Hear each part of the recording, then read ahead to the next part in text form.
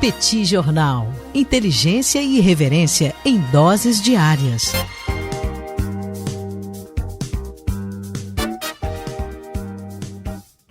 Olá, gente. Bem-vindos a mais um bate-papo do Petit Jornal, esse encontro semanal entre eu, Daniel Souza, e Tanguy, o Bagdadi, para repercutir aqui um pouco dos acontecimentos de economia e política internacional dos últimos dias. Tanguy, essa semana foi calma, hein? Foi tranquila. Praticamente nada aconteceu no país. O país vive um clima de tranquilidade, vive um clima de paz, de harmonia e de amor.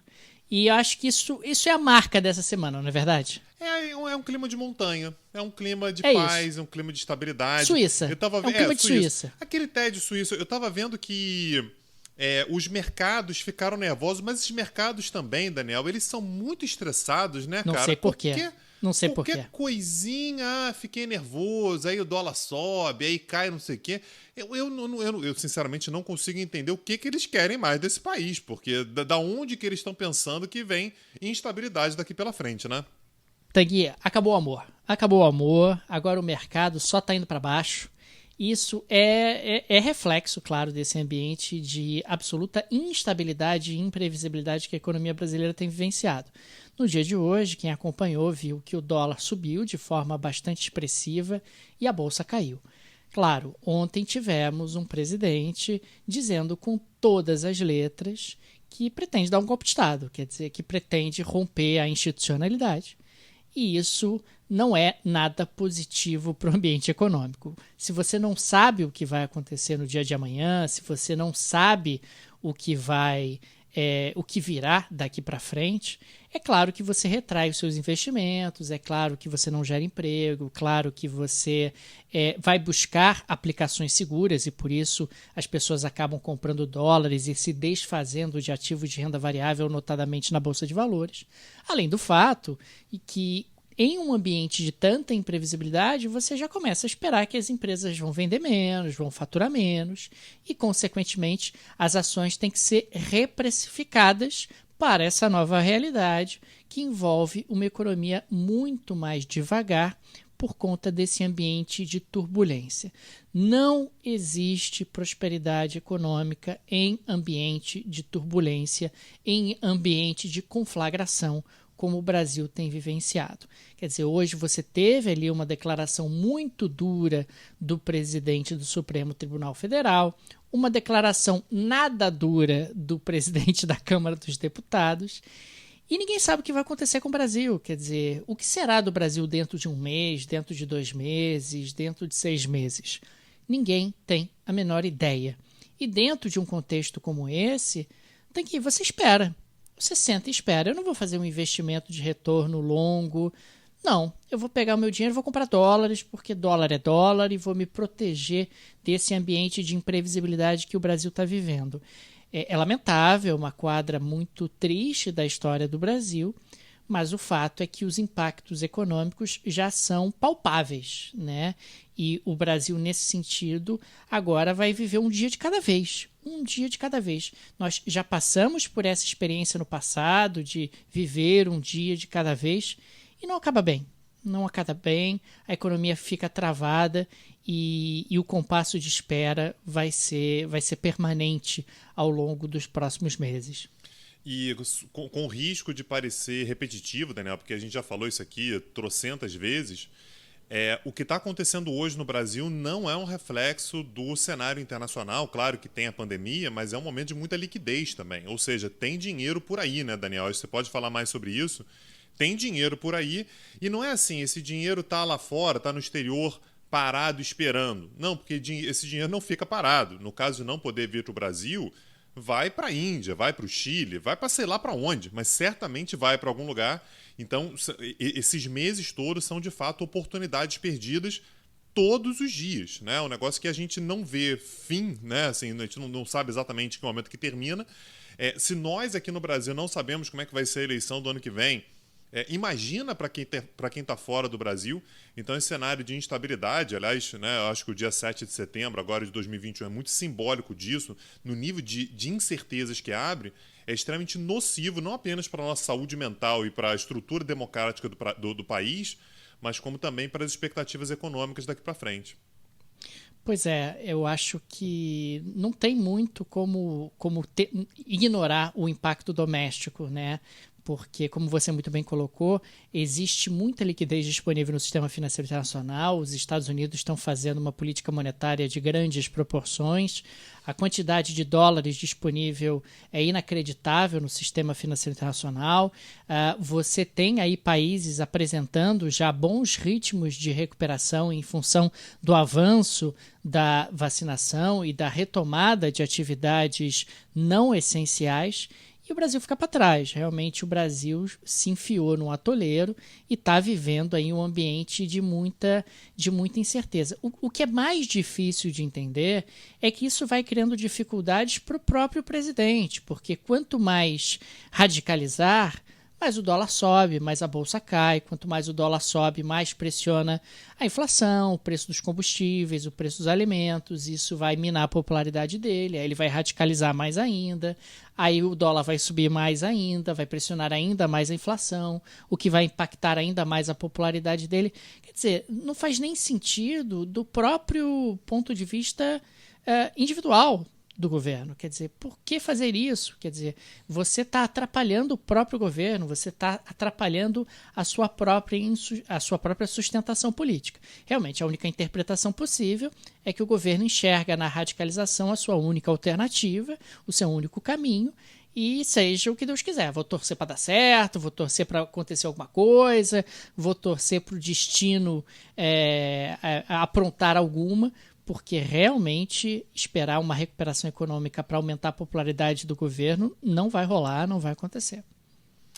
Daniel, vamos partir para uma pauta internacional / econômica, né? Que eu acho que Opa. Os dois já disseram que querem comentar aqui.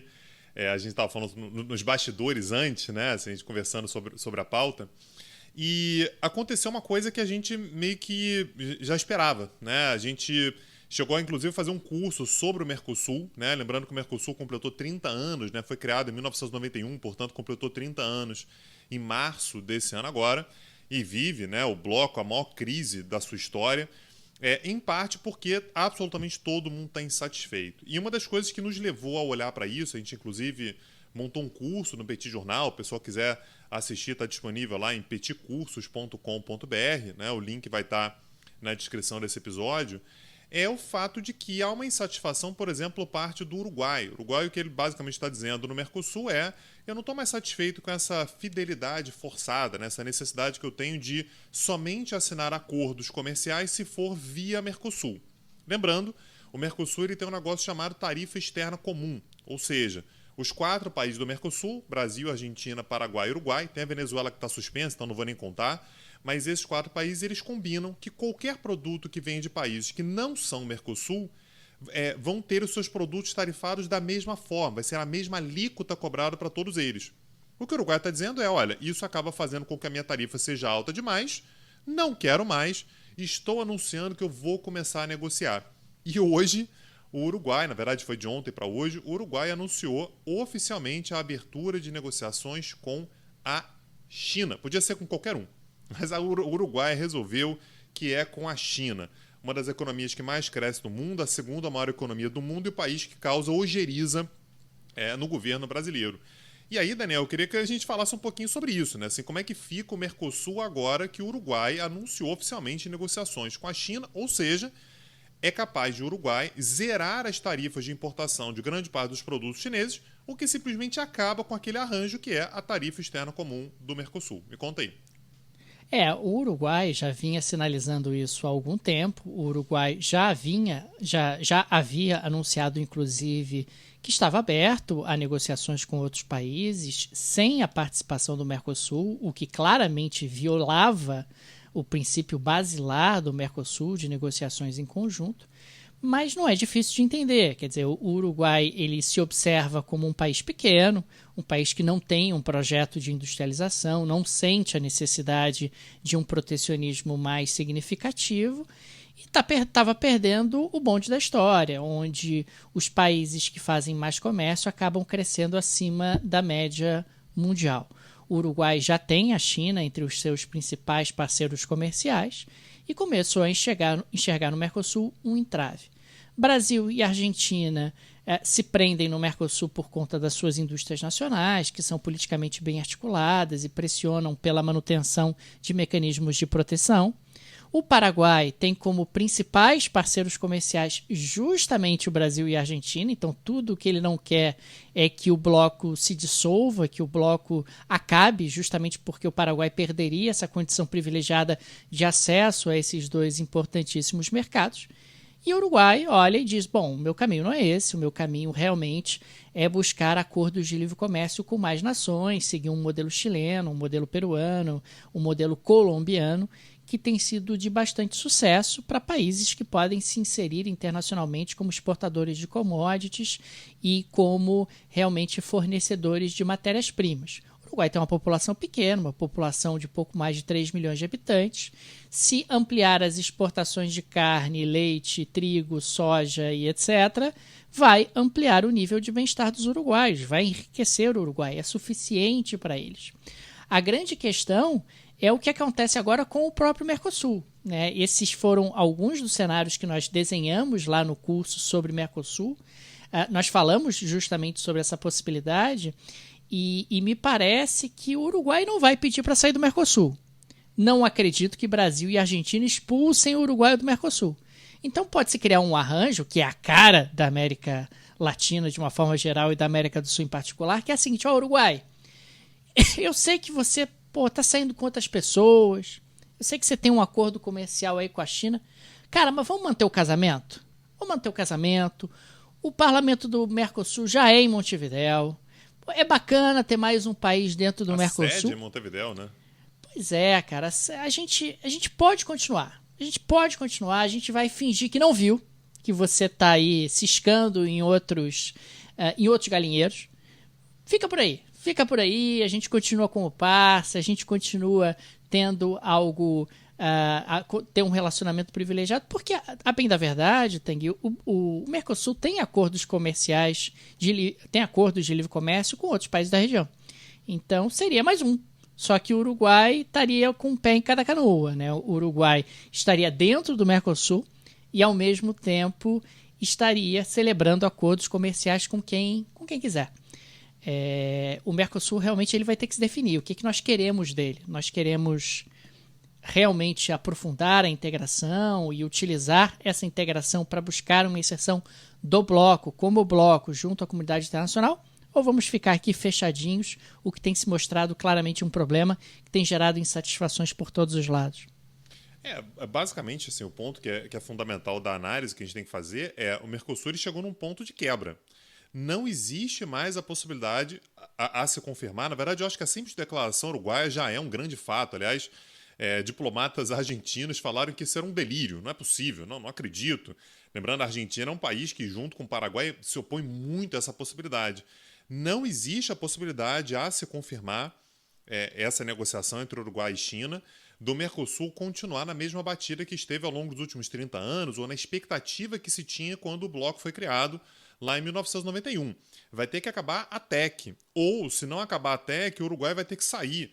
E o que é o Mercosul sem o Uruguai? São Brasil e Argentina e o pobre do Paraguai, dependendo absolutamente dos outros dois. Então, esse é um momento muito decisivo, muito crucial. O pessoal que se interessa por comércio nacional, pelos blocos, estuda o Mercosul, gosta de acompanhar, é um momento muito rico para se olhar para um bloco como esse.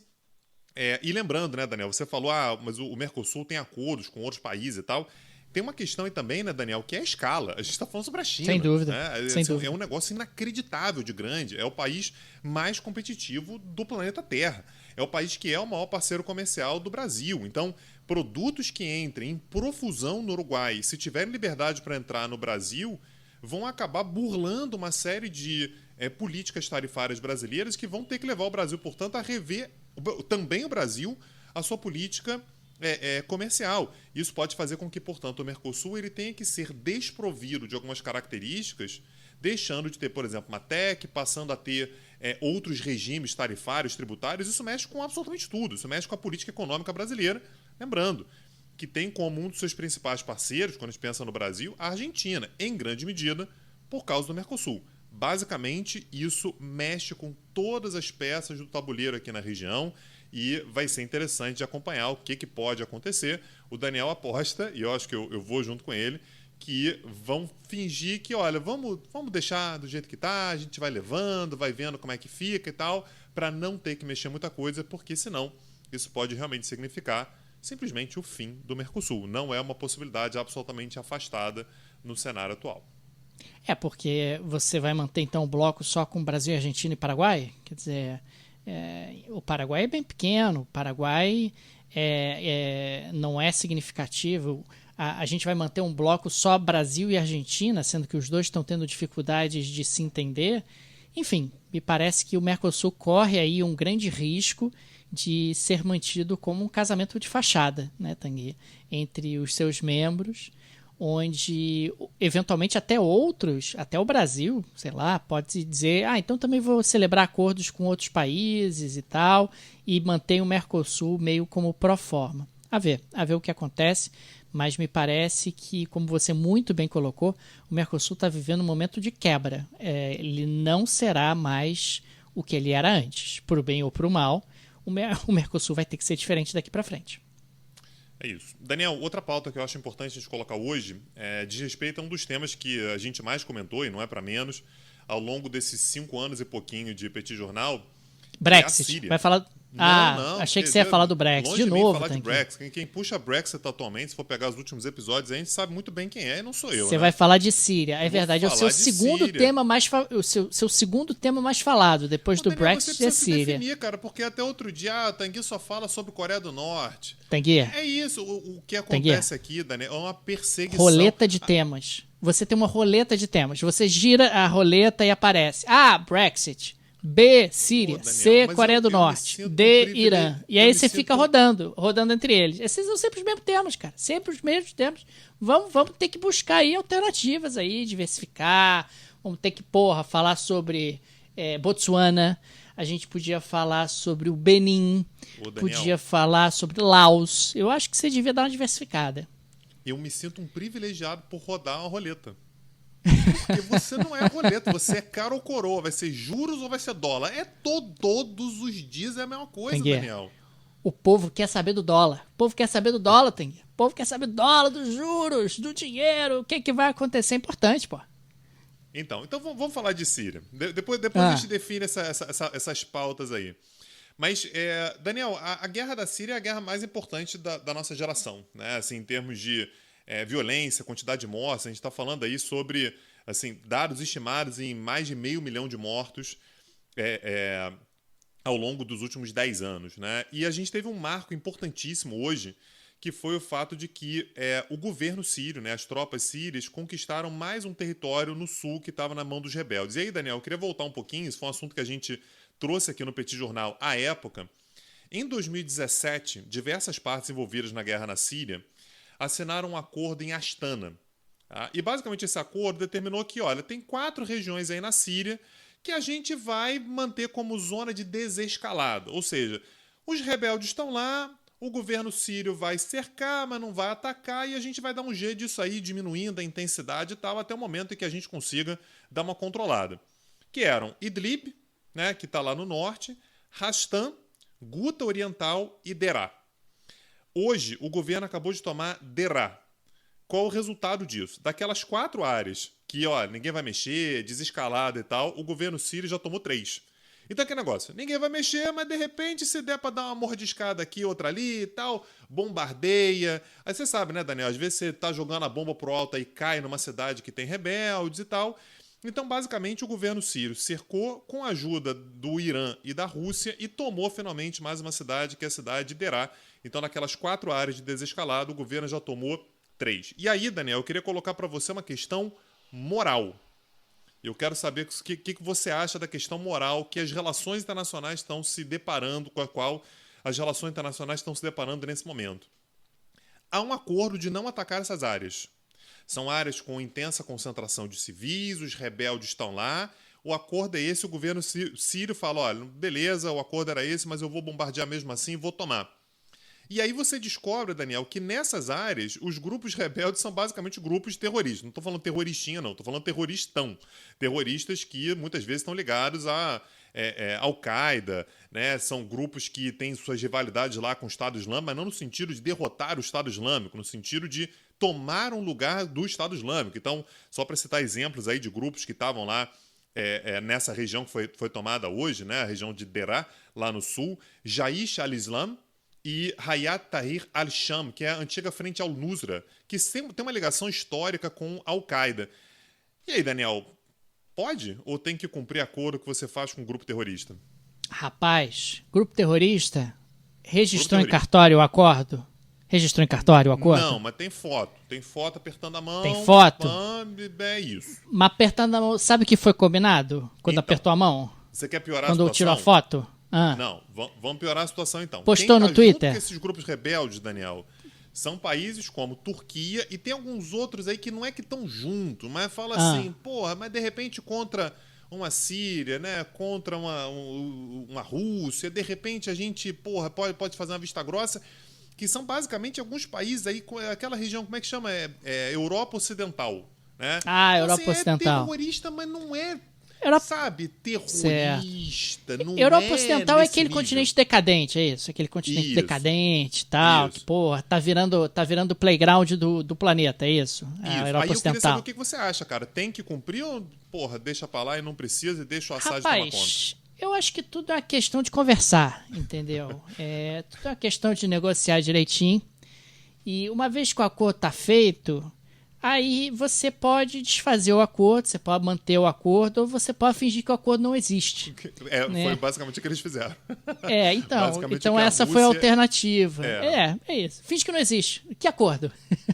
Então, nesse momento, Daniel, quem está fazendo o meio-campo diplomático, né, sabendo que isso é algo que traz impactos diplomáticos importantes, é obviamente a Rússia, né? Claro, você tem de um lado a Síria junto com o Irã, dando porrada nesses grupos a 3x4, isso pode gerar uma reação, por exemplo, de Israel. Eu estou falando ali do sul da Síria, está muito perto da fronteira com Israel. Então Israel fala assim, porra, se o Irã dominar essa região aqui, eu vou ter que agir também, porque o Irã também é meu inimigo.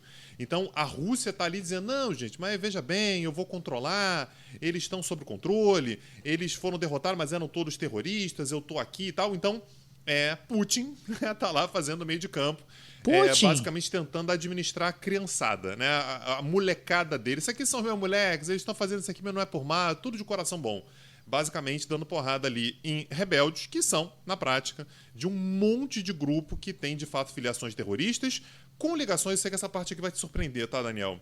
Eu tenho certeza que você vai ficar tocado e chocado com isso. Mas a Turquia do senhor, eu juro, do senhor Erdogan, tem ligações aqui um pouco mais diretas, tá? Um pouco mais estreitas, com vários desses grupos rebeldes que estão sendo derrotados lá no sul da Síria. Os rebeldes, portanto, agora estão concentrados somente lá no norte, aliás, não por acaso, perto da fronteira com a própria Turquia. Então, só para te lembrar, a guerra na Síria, a gente diz que ela acabou porque eu acho que não tem muito mais chance do Assad cair, mas a violência continua, o bombardeio sobre cidades. É o maior deslocamento humano, Daniel, desde a Segunda Guerra Mundial. Isso não é pouca coisa. Assim. A gente teve muita guerra da Segunda Guerra Mundial para cá. É o maior deslocamento humano desde a Segunda Guerra Mundial. Então é, de fato, algo de dimensões catastróficas e a violência, na prática, continua ali na região. Ô, Tanguy, você sabe que eu participei ontem de uma aula sobre Putin. E o Putin, nessa aula, estava contando que ele foi cria, né, do tal do Boris Yeltsin. Boris Yeltsin. E aí, o Boris Yeltsin, num determinado momento lá, tranquilo da Rússia redemocratizada e tal, resolveu bombardear o parlamento. Mas isso aí acontece muito, sabe, Daniel? Às vezes não é nem porra, querendo, mas aí, porra, tem um problema com o parlamento. Aí você, porra, não prestou atenção, bombardeou. Mas o parlamento tentou me empichar, né? Que foi o caso do Yeltsin, né? Tentou empichar ele. É mais ou menos. É porque assim, ele estava com um problema com o parlamento porque ele queria fazer umas reformas e o parlamento disse que não. Aí ele falou assim, então vou fazer o seguinte, então eu vou dissolver o parlamento porque, assim, Daniel, você quer fazer a reforma, o parlamento diz que não. O que você faz? Acaba com o parlamento. Entendi. Aí o parlamento falou assim, nada disso, você está impeachmentado. Tá impeachmentado. Então você não é mais presidente. Aí ele falou assim, então quer ver se eu não sou presidente? Vou bombardear esse prédio aí. foi super na amizade. E aí você fica moldando, dizendo, o presidente mais democrático da história da Rússia bombardeou o parlamento. Mas, assim, é um exagero da sua parte. Acho que não tem muito por que colocar esse peso todo só porque ele jogou umas bombinhas no parlamento e morreram em uma semana, sei lá, em 2 semanas, 400 pessoas. Acho que... Entendi. Morreram não, feridos. Morte nem 200. Enfim, é besteira. Rapaz, isso faz a gente parecer a Suíça mesmo, né? Esse momento aí da Rússia, esse momento que você acabou de descrever. Aliás, quem quiser se aprofundar sobre Rússia, tá rolando aí o curso, né, no petitcursos.com.br. Vale bastante a pena. Quem tem medo de Vladimir Putin, né? Estamos falando sobre Vladimir Putin e toda a sua influência nessa Rússia personalista, né? A gente viu que a Rússia é personalista, né? Ivan o Terrível, Catarina Grande, Stalin. A Rússia ela assume alguns personagens que ficam, né? E a gente mostra isso lá no curso, tá bem legal, né? Pois é, e a próxima aula é sobre o homem, né? Aliás, eu estava preparando a aula dele agora há pouquinho. Eu tô meio preocupado, viu, Daniel? Tô colocando Biografia. alguns temas mais elogiosos. Aula biográfica. Tô colocando alguns temas mais elogiosos aqui na aula para ver se, enfim, se eu consigo chegar até o dia da aula, que a gente vai falar sobre Vladimir Putin. Então acessa lá petitcursos.com.br, tá lá o curso, dá para assistir ao vivo, terça-feira, 21 horas. Aliás, Tanguy, amanhã eu marquei isso. Nem combinei com você, nem combinei, mas eu marquei. Marquei e avisei as pessoas, avisei os amigos, botei na rede social. Agora você vai ter que ir. Que amanhã é dia 9 de setembro. 9 de setembro, às 22 horas, a gente vai ter uma live extra aqui no Petit Jornal, aqui no Instagram do Petit Jornal, para falar sobre o 11 de setembro, o antes e o depois do 11 de setembro. Afinal, temos aí uma efeméride essa semana, 20 anos dos atentados de 11 de setembro, e o mundo ele mudou. De lá para cá, a economia e a política internacional não foram as mesmas.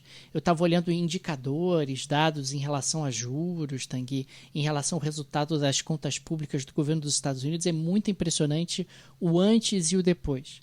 Então, a gente vai ter essa live amanhã para explorar um pouco os impactos do 11 de setembro, as mudanças causadas pelo 11 de setembro ao longo desses últimos 20 anos, e não foram poucas. Então, fica aqui o convite para o pessoal participar da live do Petit Jornal, uma live especial no dia 9 de setembro de 2021. E interagir aqui com a gente, conversar com a gente sobre esse momento muito marcante na história da humanidade. Então, só repetindo, dia 9 de setembro, 21 horas, no perfil do Petit Jornal. 22 horas. 22 horas. Para saber se você estava atento aí, Daniel. 22 horas. Tá bom. Daniel, dia 9, 22 horas. Uma última pauta dá tempo ou você quer... Você tem Por pauta favor. aí ainda? Não, pode falar. Porque é uma pode pauta falar. que vai te interessar bastante, Daniel, que é a Venezuela. Qual a Venezuela pauta? também tá sumida, não tá, Daniel? Faz tempo que a gente não fala da Venezuela. Porra, Venezuela, cara. Venezuela tá na América do Sul ainda? Eu achei que ela tinha ido embora. Ela tinha feito as malas. Tá cada vez mais próxima, sabe da onde? Dos países nórdicos da Escandinávia. Não é possível. É verdade. Quem está mediando um acordo entre governo e oposição, Daniel, é a Noruega. Então, a Noruega não tem o que fazer, né? A Noruega é um país entediado. A Noruega é um país entediado, não tem problema doméstico para resolver, não tem a roupa para lavar, não tem a louça para lavar. Aí diz, vou resolver o problema da Venezuela. Essa é a Noruega. Noruega é um país entediado. Não tem greve de caminhoneiro, não tem um 7 de setembro, sabe? Não tem um STF para invadir. Não Noruega tem rei, cara. Tem rei, cara. Tem rei, a Noruega. Rei da Noruega. Eles ficam nisso. Vamos... Onde é que tá dando problema aí? Vamos pegar a Venezuela, vamos tentar resolver. Então, assim, basicamente, o que a Noruega buscou ali? Ela está buscando um entendimento entre o governo e a oposição. Então, a gente tem uma última rodada de negociações que aconteceu na Cidade do México. Aí o negócio começa a ficar complexo, né? Venezuela negociar na Cidade do México, mas mediado pela Noruega, basicamente com a tentativa de viabilizar um pouco mais de estabilidade no país, alguma estabilidade no país, levando em consideração que em novembro agora de 2021 tem eleição para governadores e prefeitos no país. E a gente sabe, né, isso aqui a gente já comentou no Petit Jornal diversas vezes, que a oposição tem boicotado as eleições, né, por considerar que há fraude, que não há liberdade para a oposição chegar às urnas, que há uma série de entraves e tudo. Então, o acordo ao qual se chegou finalmente, a oposição vai deixar de boicotar. Naturalmente, isso vem com uma série de contrapartidas por parte do governo, no sentido de oferecer um pouco mais de transparência no pleito eleitoral. E também com o objetivo de obter recursos para a Venezuela conseguir combater melhor a pandemia, né, a crise do coronavírus. Então, vai tentar buscar algumas medidas, suspensão das sanções, crédito internacional. Então, faz algum tempo que a gente não fala sobre a Venezuela, mas não é que o tema lá está parado, né? As coisas elas estão basicamente, há uma negociação em curso, né, levando em consideração que há eleições agora em novembro, fatalmente, eu não tenho nenhuma dúvida disso, que vai acabar sendo pauta aqui no Petit Jornal. Provavelmente até novembro a gente vai falar, mas certamente logo que essas eleições acontecerem, mais uma vez para governadores e prefeitos, o país, ainda de Nicolás Maduro, será tema de algum bate-papo ou de alguma coluna aqui no Petit Jornal. Tanguy, é isso, Daniel? O lead, então, é Noruega, vírgula, sem serviço, vírgula, tenta equacionar problema da Venezuela, entre oposição Agora, e situação. Venezuela não está querendo um problema maior, não, porque de repente a gente tem um trabalho para dar para ela aí, hein, cara. Qual trabalho? Ela querendo aí, de repente ela está fazendo um estágio com Venezuela e quer pegar algum outro país da região. Não sei, cara. Enfim, vou pensar nisso aí. Cara, eu quero saber o seguinte: o rei da Noruega quer assumir a gente? Se ele quiser, cara, onde eu assino? Onde eu assino pro rei da Noruega levar a gente? Levar nós? Né? Quero assumir você. Tamo aí. Quer botar um dinheiro aqui no Brasil? Bota. Quer mandar... Mas é porque esse pessoal já tentou botar dinheiro na Amazônia, Daniel, Mas o Brasil não quis. Não quis, porque disseram, tem que parar de desmatar, porra. Mas aí não, né? Aí é difícil. Tanto, né? Aí, Noruega, você tá pedindo muito, você tá se metendo na minha soberania, no meu direito, na minha liberdade de queimar a Amazônia. Você não pode interferir na minha liberdade. É isso, Tanguy. Então tá bom, Daniel. Vou deixar aquele agradecimento tradicionalíssimo, muito sincero, de coração aos nossos apoiadores, a galera que chega junto com o Petit Jornal. Lembrando, o Petit Jornal é uma mídia independente, nós somos uma mídia pequena. O Daniel outro dia fez o roteiro. Roteiro não, Daniel, como é que é o nome? A ficha técnica do Petit Jornal. E tava lá, criação, fundação, Daniel e Tanguy. Edição, direção. Daniel e Tanguy. Pauta, Daniel e Tanguy. Gravação. Captação de áudio. Captação de áudio. Edição. Divulgação. Desenvolvimento. Tudo assim, somos nós que fazemos, contamos com o apoio luxuoso da Clara, né, que ajuda muita gente com redes sociais também, então fica um beijo para ela aí. Mas quem quiser ajudar o Petit Jornal, dar aquela força, acessa lá o nosso site, petitjornal.com.br, tem uma abinha lá chamada Apoio Petit. É fundamental, tá? Sem vocês o Petit Jornal não sobrevive, então fica o nosso agradecimento para quem já é apoiador e o convite para quem não é apoiador ainda, acessar lá e se tornar apoiador também.